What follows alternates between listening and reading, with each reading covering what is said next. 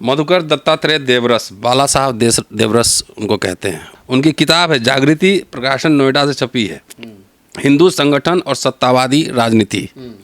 इसमें उनके पत्र छपे हुए हैं। अच्छा। तो मैं एक तो इनके पत्र का हवाला दूंगा, दूसरा कई पत्रकार और ब्यूरोक्रेट्स जिन्होंने देखा बहुत ही करीब से इमरजेंसी को, उनके क्या रिसर्च हैं वो भी बताऊंगा। और जो लोग कहते हैं कि भाई पेंशन में जो इमरजेंसी के खिलाफ लड़े उनको पेंशन भी मिल रहा है कई राज्यों में, लड़े कि घुटने टेके, मैं उसी का हवाला दे रहा हूँ और बिना रेफरेंस के मैं बोलता नहीं। ठीक है कि आईवी के प्रमुख उस समय थे टीवी राजेश्वर। उनका जो पूरा इंटरव्यू मैं अभी बताऊंगा, उन्होंने जो लिखा है, उनकी किताब छपी है कि आपातकाल के उस दौर के बारे में जो बता रहे हैं किस तरह से आरएसएस ने इंदिरा गांधी के दमनकारी शासन के सम्मुख घुटने टेक दिए थे और उनके पुत्र के 20 सूत्री कार्यक्रम को पूरी वफादारी से लागू करने का आश्वासन दिया था।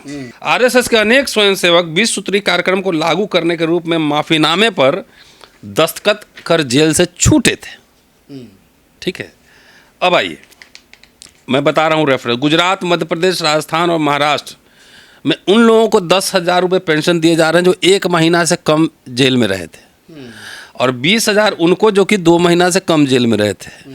तो 1 महीना के अंदर जेल से छूटे कैसे, जब इमरजेंसी थी और इतना काला कानून था, इंदिरा गांधी ऐसे दमन कर रही थी, तो 1 महीना और 2 महीना में आप छूट कैसे गए? कुछ हाथ तो जोड़े होंगे, माफी तो मांगे होंगे, माफी मांगे होंगे, कुछ कंप्रोमाइज, कुछ समझौता हुआ होगा दोनों। तो कोई रीजन दिख नहीं था, नहीं लगा हुआ था। Maintenance of internal security act लगा हुआ था ना। तो 1 महीना में कैसे छूट गए, 2 महीना में कैसे छूट गए? तो ये पेंशन जो मिल रहा है, चूंकि आज़ादी में आपका कोई योगदान नहीं है, तो एक ब्लैक हिस्ट्री लिखने के लिए, अपना झूठ मूठ का गप लिखने के लिए ये पेंशन है कि हम भी आज़ादी में लड़े थे। 1-2 महीना में तो वही माफ़ी मांगा वही छूटा होगा। बिल्कुल। हम आप तो माफ़ी नहीं मांगते हैं, जो कह दिया। चलिए, अब प्रभास जोशी साहब हैं, बड़े पत्रकार रहे हैं, आप सब जानते हैं। वो लिख रहे हैं, उन्होंने एक पूरा लेख लिखा था तहलका में, जब सिल्वर जुबली मनाया जा रहा था 25 साल पहले, तो उसमें उन्होंने लिखा था इस आरएसएस के बारे में कि उस समय के आरएसएस प्रमुख बाला साहब देवरस ने संजय गांधी की कुख्यात 20 सूत्री कार्यक्रम को लागू करने में सहयोग करने हेतु इंदिरा गांधी को एक पत्र लिखा था। यहाँ तक कि आपातकाल के दौरान आरएसएस और जनसंघ के अनेक लोग माफीनामा देकर जेल से छूटे थे। माफी मांगने में वे सबसे आगे थे। कौन? आरएसएस के लोग, आरएसएस और जनसंघ। हाँ, उनके नेता ही जेल में रह गए थे, जैसे अटल बिहारी वाजपेयी, एल.के. आडवाणी और अरुण जेटली जैसे नेता, खाली नेता रह गए थे। बाकी छुटभैये सब जो है ना, माफी मांग कट लिए थे वहाँ से। आगे लिख रहे हैं कि वे कभी आरएसएस के बारे में, वे कभी संघर्षशील शक्ति न तो रहे हैं और न ही वे कभी संघर्ष के प्रति उत्सुक रहने वालों में हैं। वे बुनियादी तौर पर समझौता परस्त रहे हैं।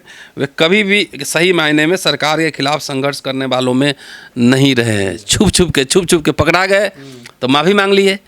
जैसे बहुत सारे अभी आरएसएस के लोग पकड़ाते हैं ना अपराध में, तो कह देता है कि ये हमारा आदमी नहीं, पहले निकाल दिए थे। तो रजिस्टर तो मेंटेन करो, अब तो सत्ता में 10-11 साल से हो, तो रजिस्टर अपने मेंबर्स का मेंटेन करो ना। क्यों नहीं?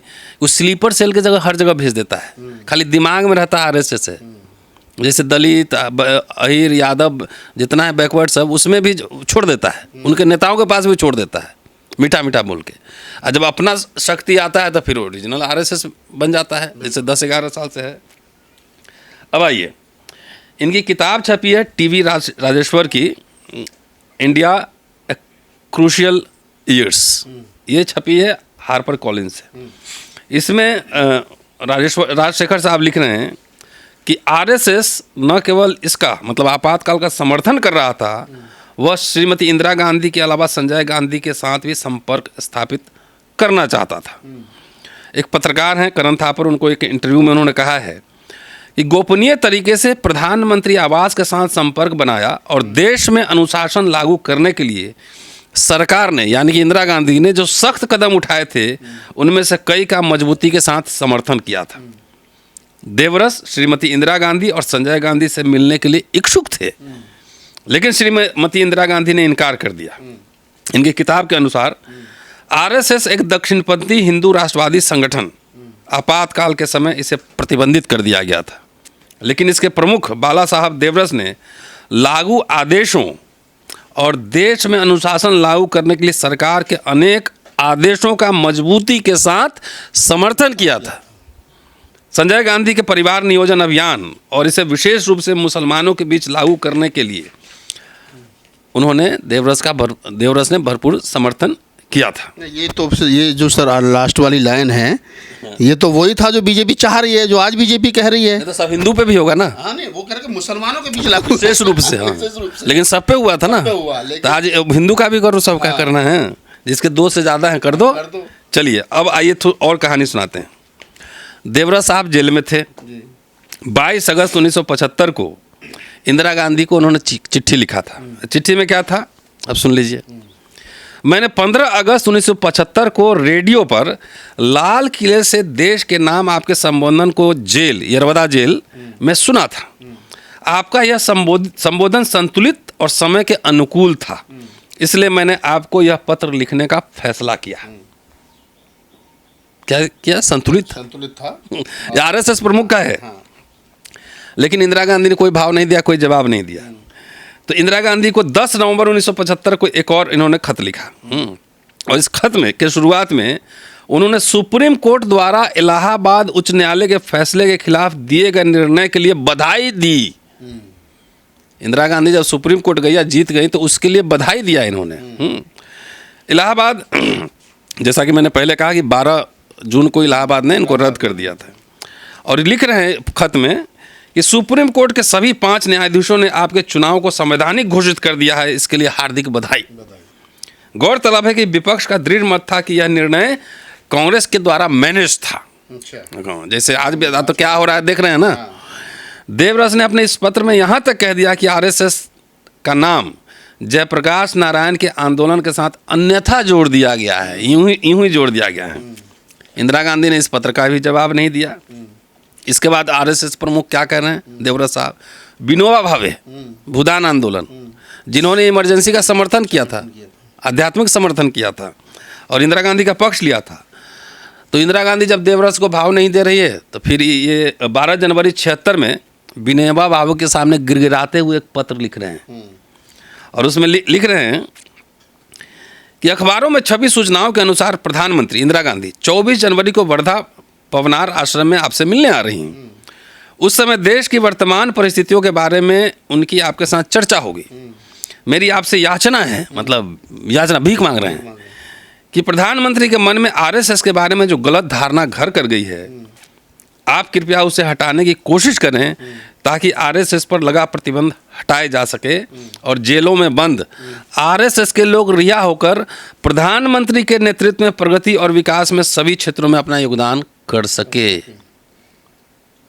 सर आपने इसमें जिक्र किया कि आरएसएस पर लगा प्रतिबंध, तो क्या इमरजेंसी के दौरान आरएसएस पर प्रतिबंध लगा? हाँ, तो जेल में बंद कर तो सबको करें कि याचना छुड़वा दीजिए।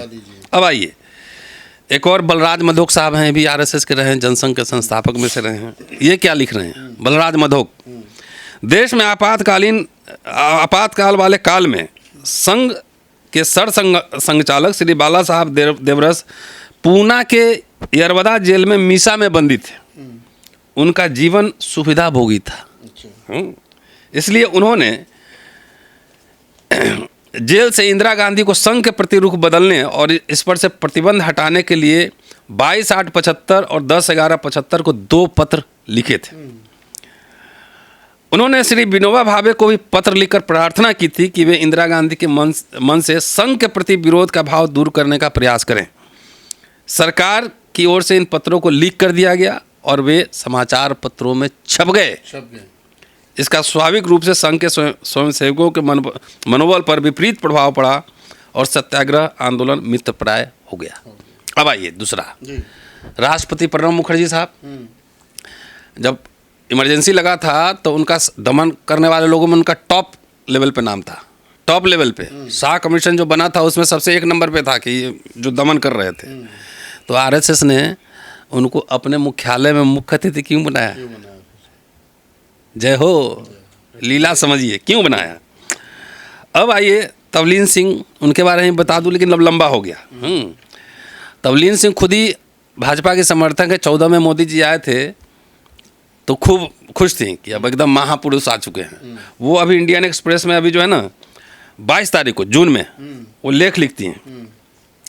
और थोड़ा सा बता ही देता हूँ, मोदी राज में एक अलग तरह की और 1975 से खतरनाक आपातकालीन शासन चल रहा है।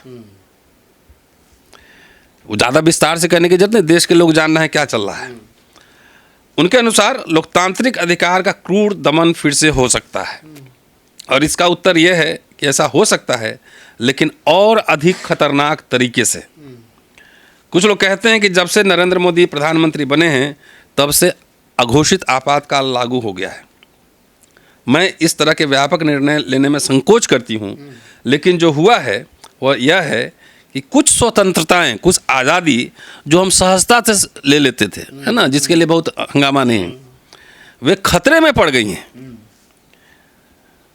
ऐसा विपक्षी नेताओं, पत्रकारों और असंतुष्टों को सिर्फ जेल में डालकर नहीं किया गया है, बल्कि स्वतंत्रता पर अंकुश लगाने के लिए कानूनों में फेरबदल करके कानूनी रूप से संभव बनाया गया है। पीएमएलए एक्ट, ईडी का खेल, तमाम मीडिया का हाल देख रहे हैं। तो आज तक आपातकाल की घोषणा नहीं हुई है, तो ये क्या चल रहा है? अघोषित आपातकाल। तो आरएसएस का इतिहास बता दिया ना, उस समय माफ़ी मांग मांग के निकले थे। 10 और 20 हज़ार रुपये पेंशन भी मिल रही है। इमरजेंसी इतना क्रूर था तो 1 महीने या 2 महीने में जेल से निकल कैसे गए भाई? कुछ तो किए हो गए। नहीं, अब तो जो आरएसएस के संघ प्रमुख है उन्हीं का स्टेटमेंट और जो चिट्ठियाँ, किताब का रेफरेंस दे दिया, कोई भी अगर पढ़ना चाहें साथी तो हिंदू संगठन और सत्तावादी राजनीति, बाला साहब देवरस का है, उनका ओरिजिनल नाम है मधुकर दत्तात्रेय देवरस। जागृति प्रकाशन नोएडा से छपी हुई है, जाके देखिए, उसमें पत्र सब मिलेंगे, इस तरह के पत्र। तो मैं इतिहास का छात्र हूँ। आज आरएसएस बीजेपी काला दिवस मना रही है, उस समय माफ़ी मांग के आज पेंशन भी ले रही है, पेंशन भी ले रही है और माफ़ी मांग करके उस समय गांधी या संजय गांधी के साथ खड़े थे। ये प्रमाण है सामने।